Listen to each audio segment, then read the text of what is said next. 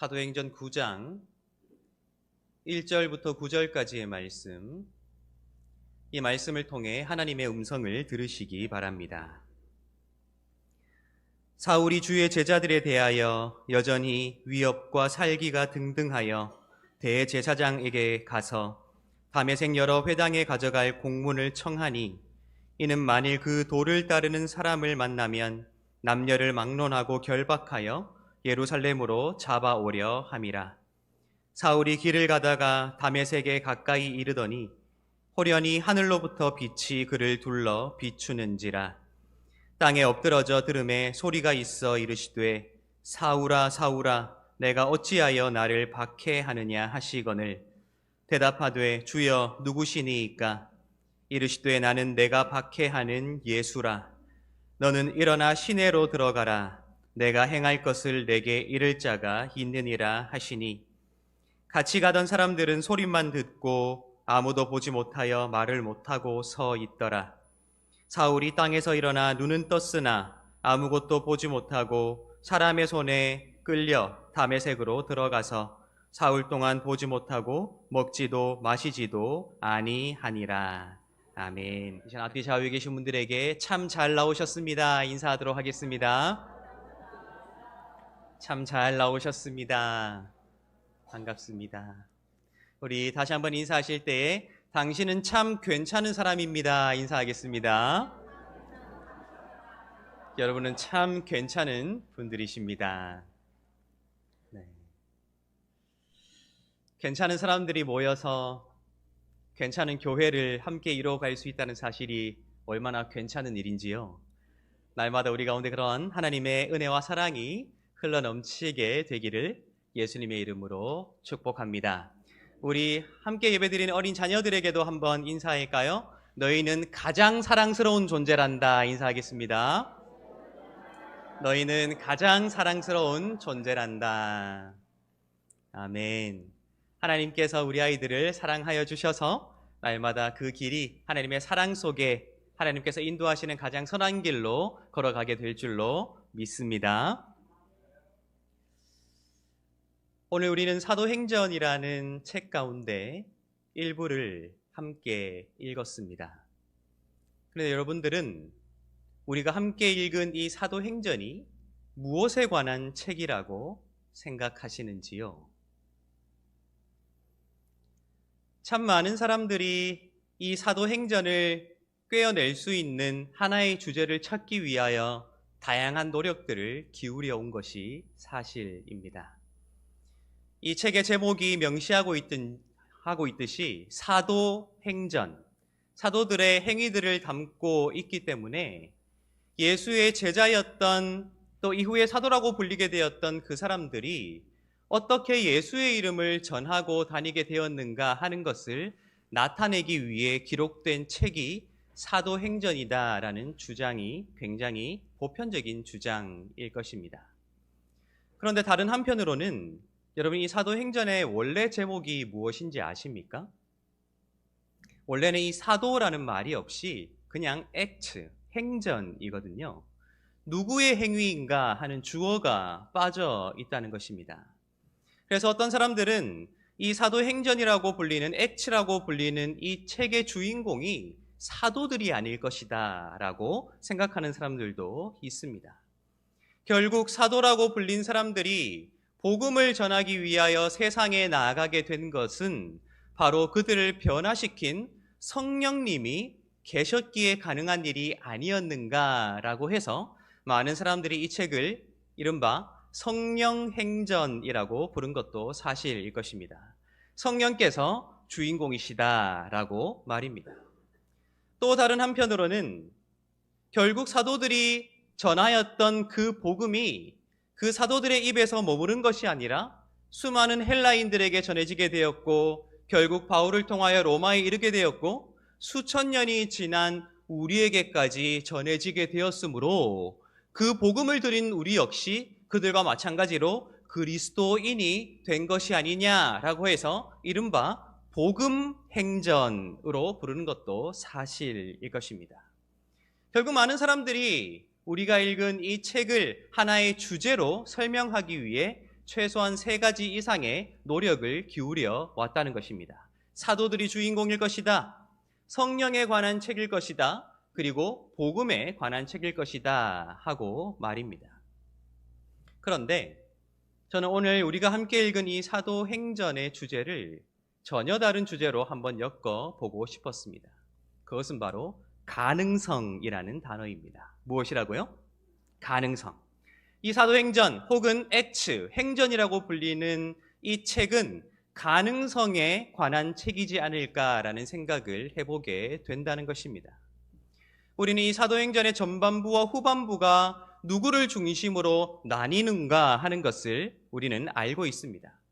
사도행전의 전반부는 예수의 수제자였으나 예수를 3번이나 부인하였던 그 베드로가 어떻게 변화하게 되었는가, 그가 변화하여서 유대 지역을 중심으로 어떻게 힘있게 복음을 전하게 되었고 그가 이방인들도 하나님의 백성으로 받아들여지게 하기 위하여서 어떤 초석을 놓았는가 하는 것을 베드로를 중심으로 기록하고 있는 것이 사도행전 전반부에 기록되어 있다는 것입니다. 사도행전 후반부는 어떻습니까? 어쩌면 예수를 단 한 번도 보지 못한 사람, 예수의 가르침을 단 한 번도 직접 들어보지 못한 사람, 그렇게 예수와는 전혀 무관했던 사람이었던 사울이라고 불렸던 그 한 사람, 히브리식의 이름입니다. 사울 말입니다. 헬라식의 이름은 무엇입니까? 바울입니다. 그가 원래 큰 자라는 뜻을 가지고 있었던 사울이었다가 예수를 믿게 됨으로 작은 자라는 뜻을 가진 바울이라고 불리게 되었다라는 것은 틀린 정보입니다. 그가 유대인들을 대상으로 복음을 전할 때는 유대식의 이름이었던 사울이라는 이름을 썼다가 헬라인들에게 본격적으로 복음을 전할 때는 헬라식의 이름이었던 바울이라는 이름을 사용했던 것이지요. 어찌되었든 예수를 전혀 알지 못하는 바울이라는 사람이 갑자기 등장하여 그가 어떻게 제국의 중심지였던 로마에 이르기까지 많은 헬라인들에게 또 유대인들에게 복음을 전하였는가 하는 것이 사도행전 후반부에 기록되어 있다는 것입니다. 그리고 이 베드로와 또한 바울을 중심으로 기록하고 있지만 그들을 둘러싼 수많은 동역자들이 어떻게 하나님의 말씀을 전하였는가 하는 것이 사도행전을 통해 명명백백히 기록되고 있다는 것입니다.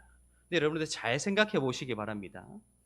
이 사도행전은 그들의 과거에 대해서 숨기지 않습니다. 어쩌면 사도행전보다 먼저 기록되었던 동일한 저자인 누가가 기록했던 누가복음에서는 이 베드로의 과거, 그의 부끄러웠고 우둔했고 어리석었던 과거를 숨기지 않고 기록하고 있지요. 바울도 마찬가지입니다.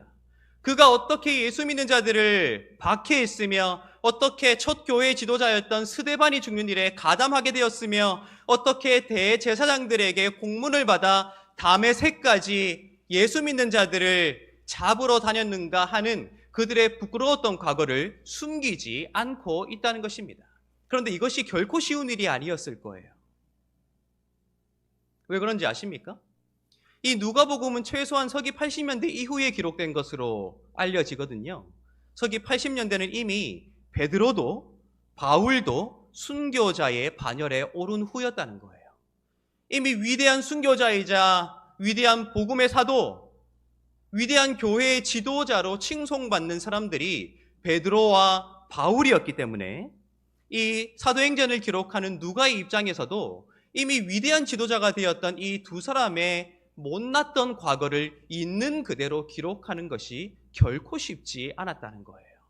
여러분 잘 생각해 보시기 바랍니다. 친일 매국노들도요, 자신들의 조상들의 행위를 미화하기 위해서 굉장히 애쓰고 있습니다. 그렇지 않습니까? 왜요?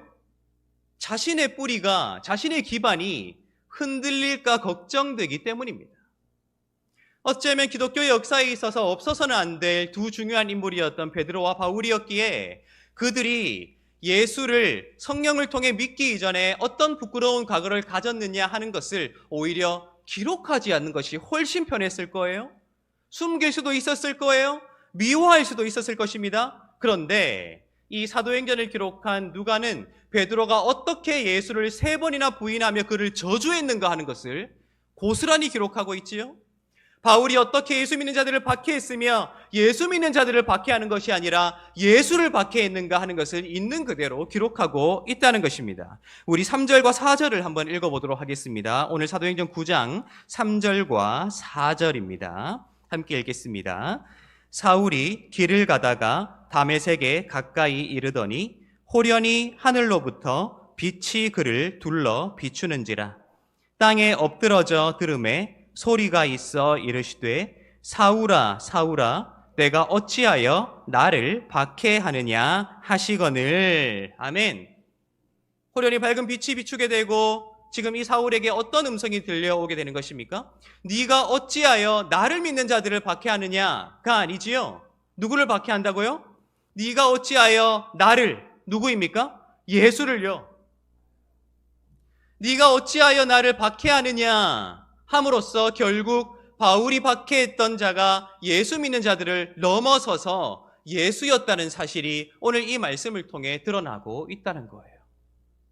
그렇게 베드로의 못난 부분들, 바울의 모났던 부분들, 그들의 지우고 싶은 과거를 있는 그대로 기록한 것이 오늘 우리가 읽고 있는 이 사도행전이라는 것이지요. 그런데 이 사도행전은 단지 그들의 못난 모습을 통해 우리에게 그들을 반면교사 삼아야 한다는 일방적인 흐름으로 진행되고 있지 않다는 사실이 우리에게 드러나고 있다는 것입니다. 네가 어찌하여 나를 박해하느냐 하는 목소리와 함께 밝은 빛과 함께 바울을 찾아오셨던 그 예수께서 바울을 이제 전혀 다른 새로운 존재로, 새로운 목적을 가진 존재로, 새로운 지향을 가진 존재로 세우게 되는 장면이 오늘 이 말씀에 기록하고 있지요. 우리 5절과 6절을 한번 읽어보도록 하겠습니다. 5절과 6절입니다. 대답하되 주여 누구시니이까? 이르시되 나는 내가 박해하는 예수라. 너는 일어나 시내로 들어가라. 내가 행할 것을 내게 이를 자가 있느니라 하시니. 아멘. 너는 일어나 시내로 들어가라. 네가 앞으로 무엇을 행할 것인지 너에게 말할 자가 있을 것이라고 예수께서 말씀해주고 계신다는 것입니다. 그리고 우리는 모두 잘 알고 있습니다. 이 일 이후에 그렇게 예수를 박해했던 바울이, 예수 믿는 자들을 잡아 가두려고 했던 바울이 이후에 어떤 삶을 살게 되었는가 하는 것을 우리는 너무나도 잘 알게 되지요. 우리 읽지는 않았지만요, 우리 19절과 22절까지의 말씀을 읽어보도록 하겠습니다. 19절부터 22절입니다. 함께 읽겠습니다. 음식을 먹음에 강건하여 지니라. 사울이 다메섹에 있는 제자들과 함께 며칠 있을새 즉시로 각 회당에서 예수가 하나님의 아들이심을 전파하니 듣는 사람이 다 놀라 말하되 이 사람이 예루살렘에서 이 이름을 부르는 사람을 멸하려던 자가 아니냐. 여기 온 것도 그들을 결박하여 대제사장들에게 끌어가고자 함이 아니냐 하더라. 사울은 힘을 더 얻어 예수를 그리스도라 증언하여 다메섹에 사는 유대인들을 당혹하게 하니라. 아멘. 여러분 보십시오. 바울이 예수를 만나기 전에 어디로 가는 길이었습니까? 다메섹으로 가는 길이었습니다. 다메섹으로 가는 길 한가운데서 예수를 만나게 되었어요. 그의 목적지는 다메섹이었습니다. 예수를 만난 이후에 자신의 목적지인 다메섹을 향하여 가던 바울이 그 목적지에 이르렀다고 말하고 있습니까? 이르지 않았다고 말하고 있습니까? 이르렀다고 말하고 있지요. 하지만 목적지는 다메섹이라는 동일한 장소였을지라도 그 목적지에 이르게 되는 목적 자체가 달라졌다는 거예요. 예수 믿는 자들을 사로잡아서 누구에게로 끌고 가는 것이 바울의 목적이었습니까? 대제사장에게로요. 여러분 근데 잘 생각해 보세요. 바울이 웬만큼 열정이 있지 않고서는 이 일을 행하기가 쉽지 않았을 것입니다. 대제사장이 있는 곳은 어디입니까? 예루살렘 성전이요. 지금 바울은 어디에서 예수 믿는 자들을 잡아 대제사장에게로 끌고 가고자 했습니까? 다메섹이요. 시리아의 수도란 말이에요. 그 먼 거리까지 가서 거기에서 즉결 심판하는 것이 아니라 거기에서 시리아의 수도였던 다메섹에서 예수 믿는 자들을 잡아 그 먼 거리를 예루살렘까지 대제사장에게까지 이끌고 가려는 열정을 가진 자가 바울이었다는 거예요. 그 목적을 위해 다메섹이라는 목적지에 이르고자 했던 바울인데 결국 목적지에 이르렀습니다. 그런데 그 목적지에 이르러서 그가 무엇을 했습니까? 오히려 그곳에 있었던 종교 지도자들도 깜짝 놀랄 만큼 원래 이 사람이 여기에 와서 예수 믿는 자들을 대제사장에게 끌어가고자 함이 아니었더냐라고 하면 놀랄 만큼 그가 오히려 박해했던 예수의 이름을 전하는 것으로 같은 목적지이지만 다른 목적으로 완전히 변화했다는 사실이 오늘 이 말씀을 통해 우리에게 드러난다는 거예요. 그리고 사도행전의 사도행전이 기록하고 있는 마지막 장면이 어떤 장면입니까? 그렇게 예수를 만난 직후로부터 바울이 전하기 시작했던 그 예수의 이름을 바울이 유배지였던, 소송하러 갔던, 그렇게 갇힌 자의 신분으로 이룰 수밖에 없었던 로마에서도 그 복음을 전하는 것으로 사도행전이 끝나고 있다는 거예요. 어쩌면 이 사도행전은 그렇게 너무나도 유명했기에 많은 사람들에게 큰 본이 될 만한 이 사도들이 어떻게 못난 모습을 가진 자로서 어떻게 예수를 전하는 자가 되었는가 하는 것을 있는 그대로 기록하고 있기에 예수를 믿는 자들이, 성령을 받은 자들이, 그렇게 복음을 믿게 된 자들이 어떤 가능성을 가진 존재들로 변모할 수 있는가 하는 것을 우리에게 강력하게 시사하고 있는 것이 아닌가, 우리가 이 책을 읽으며 발견하게 된다는 거예요. 성령행전 좋습니다. 그 성령이 무엇을 하냐는 것이죠. 복음행전 좋습니다. 그 복음이 우리에게 어떤 영향을 미치고 있느냐 하는 것입니다. 사도들은 사도행전 28장으로 마지막 로마에서 바울이 복음을 전하는 것으로 그 이야기가 끝나게 되지만 이후에 그 복음이 사도들로부터 완전히 멈추게 되었습니까? 아니죠. 수천 년이 지난 우리에게까지 전해지게 되므로 결국 그 사도들을 변화시키셨던 그 성령께서, 사도들을 변화시켰던 그 복음이 오늘 이 시대에 여전히 그 성령을 경험한 우리에게, 그 성령께서 믿게 하신 그 복음을 통해 우리에게 어떤 일을 행하실 것인가 하는 것을 상상하게 만드는 책이 바로 이 사도행전이라는 것입니다. 그러므로 사도행전을 기록한 이 누가는 베드로가 어떻게 순교하게 되었는지, 사도행전의 마지막을 장식하고 있는 바울이 어떻게 순교하게 되었는지 모든 것을 다 알고 있으면서도 그것을 기록하지 않고 열린 결말로 이 책을 기록하고 있는 것이 아닐까 우리가 생각해 보게 된다는 거예요. 왜요? 그들을 변화시키셨던, 그들에게 가능성을 발견하셨던, 그들을 완전히 새로운 존재로, 새로운 가능성을, 새로운 목적을 가진 존재로 변화시키셨던 그 성령께서, 그 복음이, 그 예수의 현존이 오늘 이 시대를 살아가는 우리에게도 역사하심을 열린 결말을 통해 우리에게 말해주기 위해서다라는 사실이라는 것입니다. 그러므로 저는 이 사도행전을 읽으며 항상 저의 가능성, 우리의 가능성을 한번 상상해보곤 해요. 우리는 누가 일러주지 않아도 나 스스로의 못난 모습을 너무나도 잘 기억하고 있을 것입니다. 예수를 믿기 전에 내가 어떠했는가?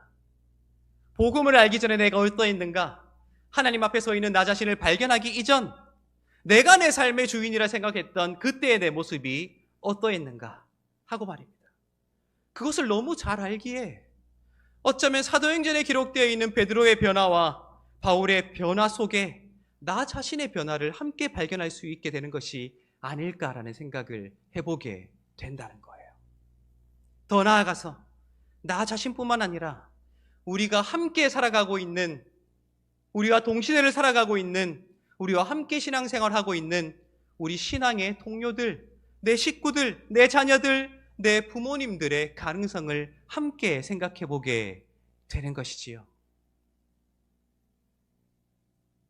어쩌면 내가 보기에, 내가 판단하기에, 내가 경험하기에 그리 아름다워 보이지 아니하는 우리들의 모습이지만 그럼에도 불구하고 우리가 실망하지 않을 수 있는 이유가 무엇일까? 그것은 베드로도 바울도 변화시키셔서 전혀 다른 목적으로 가능성으로 살아가게 하셨던 그 하나님의 가능성이 우리 모두에게 주어져 있기 때문이 아닐까라는 생각을 해보게 된다는 거예요. 여러분, 어제 설 명절 잘 보내셨습니까? 네. 설 명절을 보내는 문화가 많이 바뀌고 있지요. 예전에는 좁은 집이지만 모든 친척과 가족들이 함께 모여 함께 음식을 나누고 함께 대화를 나누는 것이 보편적인 모습이었을 것입니다. 저도 어릴 때 그런 경험들이 참 많이 있어요. 그런데 요즘에는 많이 바뀌고 있죠. 모이지 않아요. 모이기보다는 흩어지고 있습니다. 한 집에 모여서 음식을 함께 나누기보다는 여행을 떠나게 돼요. 그렇게 만든 이유가 무엇일까요? 복잡하고 음식 준비하기 힘들고 성가 시기 때문이기도 하겠지만 모이게 되었을 때 받게 되는 상처가 크기 때문이죠. 어떤 상처입니까? 야, 너 무슨 대학 들어갔냐? 수능 잘 쳤냐? 언제 결혼할 거냐? 애는 언제 낳을 거냐?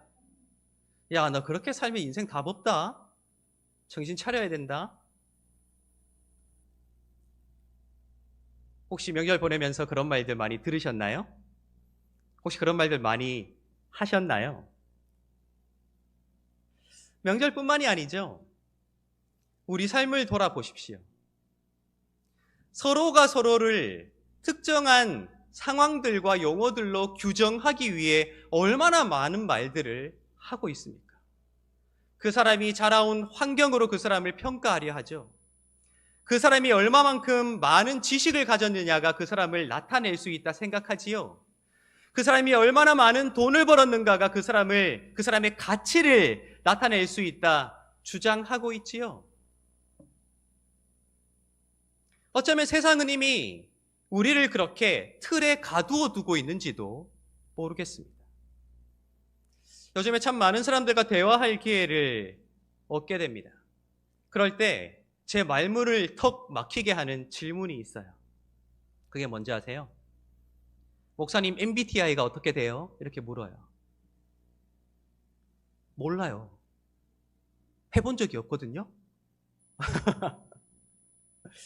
MBTI 약 16가지로 사람의 유형을 설명하려는 그러한 테스트로 알려져 있지요. 여러분 보십시오. 유튜브를 틀든 TV를 틀든 참 많은 사람들의 입에서 MBTI가 뭔지를 물어보고요. 그 MBTI에 따라서 그 사람을 규정 지으려는 시도들이 아무렇지 않게 우리에게 주어지고 있습니다. 한편으로는 긍정적이죠. 왜요?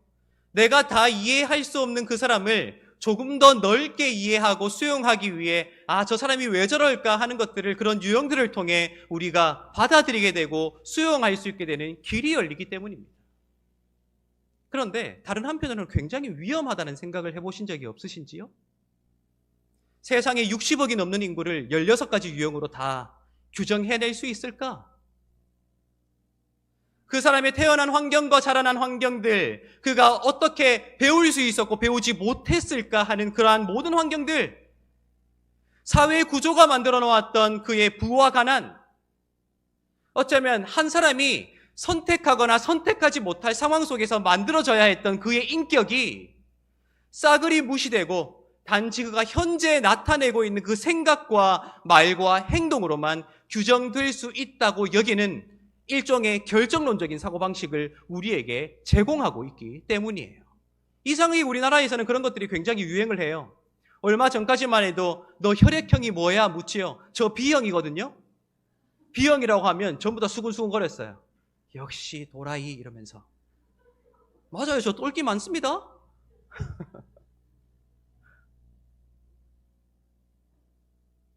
일본에서 넘어온 사이비 과학이잖아요. 혈액형 말이에요.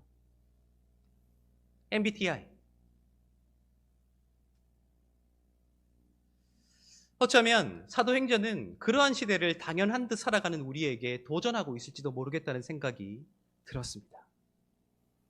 누군가를 이해하려고 할 때 그가 태어난 가정 환경, 그가 살아난 배경, 그가 배웠던 학식, 그가 가진 부의 정도, 그가 어느 지역에 살아가는가, 어떤 사람들과 어울리며 살아가는가, 그의 MBTI가 무엇인가, 굉장히 중요한 척도가 될 수 있을 것입니다. 그러나 우리는 근본적으로 사람을 이렇다 저렇다 규정하기 이전에 가능성을 바라볼 수 있는 존재들이 되어야 한다는 사실이 오늘 이 사도행전을 통해 우리에게 도전되고 있다는 거예요.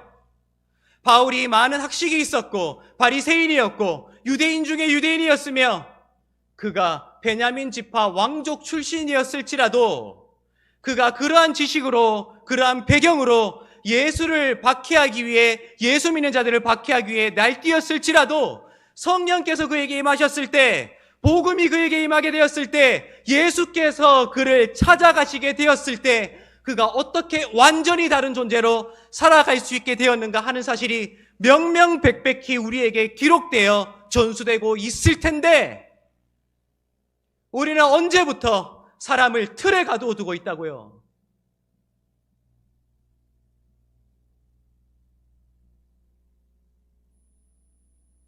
사도행전은 가능성을 가진 사람들에 관한 이야기입니다.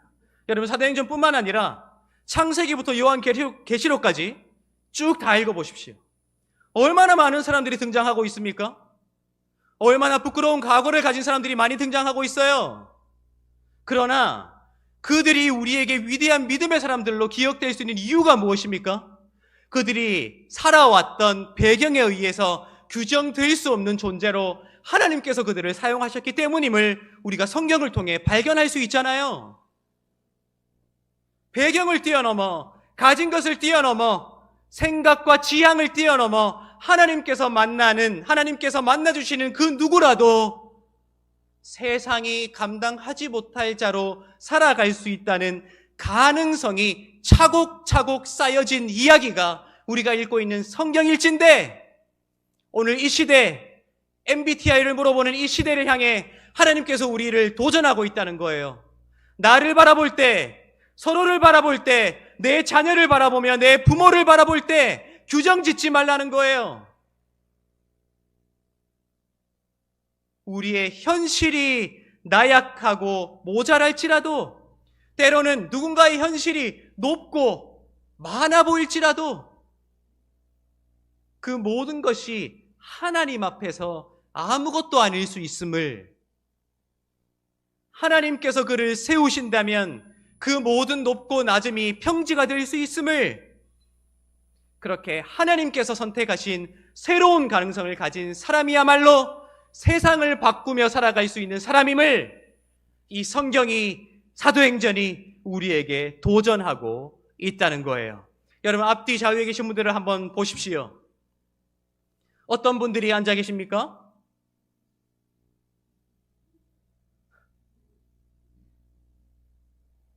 네. 가능성 가득한 존재들이 앉아 있잖아요. 믿으세요? 내가 볼 때는 좀 모자라 보일 수도 있어요. 내가 보일 때는 혀를 차게 만들 수도 있어요. 쯧쯧쯧. 세상이 우리에게 강요한 그 기준대로는 이 사람은요, 철없는 사람, 때로는 꼰대, 때로는 답 없는 사람으로 여겨질 수도 있어요. 하지만 우리가 언제부터 세상이 주는 기준으로 살아온 사람들입니까? 우리가 왜 우리 스스로의 가능성을 하나님의 말씀으로부터 찾지 아니하고 세상으로부터 찾았냐는 것입니다. 우리 자녀들을 보세요. 우리 자녀들 공부 잘한다고 생각되세요?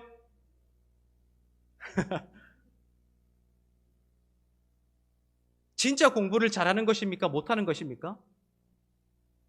이렇게 질문해 보세요. 이렇게 질문해 보세요. 이 땅에서 공부 잘한다고 여겨지는 아이들이 암기를 잘하는 아이들입니까? 진짜 공부를 잘하는 아이들입니까? 저는 암기를 잘하는 아이들이라고 생각해요. 암기 잘하는 암기 기계들이 세상을 망쳐가고 있다고요.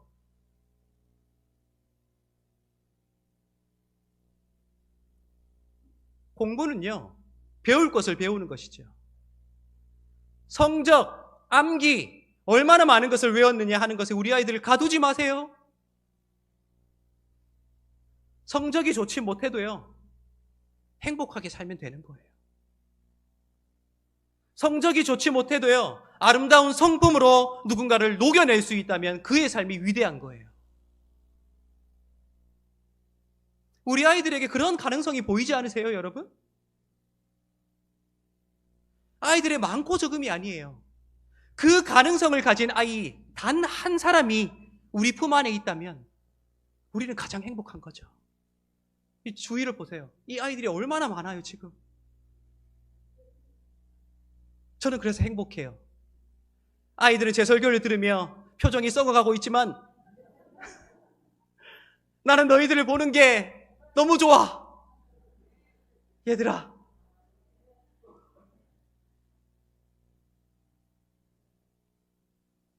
사도행전은 가능성에 관한 책입니다.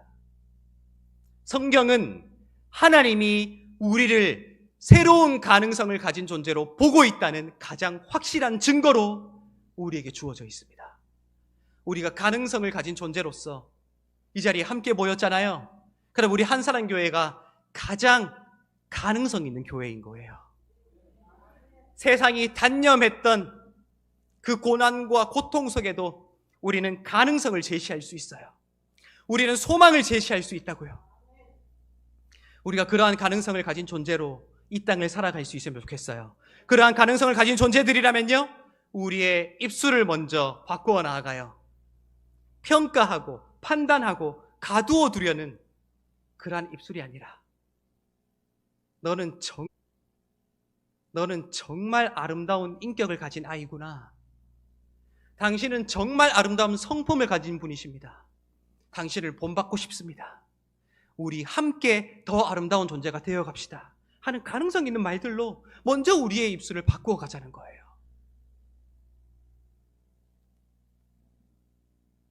우리가 그러한 존재로, 가장 가능성 많은 존재로, 새로운 가능성을 세상에 제시해 줄 수 있는 존재로 이 땅을 살아가며 세상이 놀랄 만한, 다메섹에 있었던 유대인들이 놀라면서 아니 이 사람이 예수 믿는 자들을 잡으러 왔던 사람들이 아니냐, 그런데 어찌된 일인가 놀랬던 것처럼 세상이 우리를 바라보며 그 가능성을 보고 놀랄 만한 삶으로 세상을 바꾸어 갈 수 있는 저와 여러분들의 삶이 되시기를 예수님의 이름으로 축복합니다. 기도하겠습니다.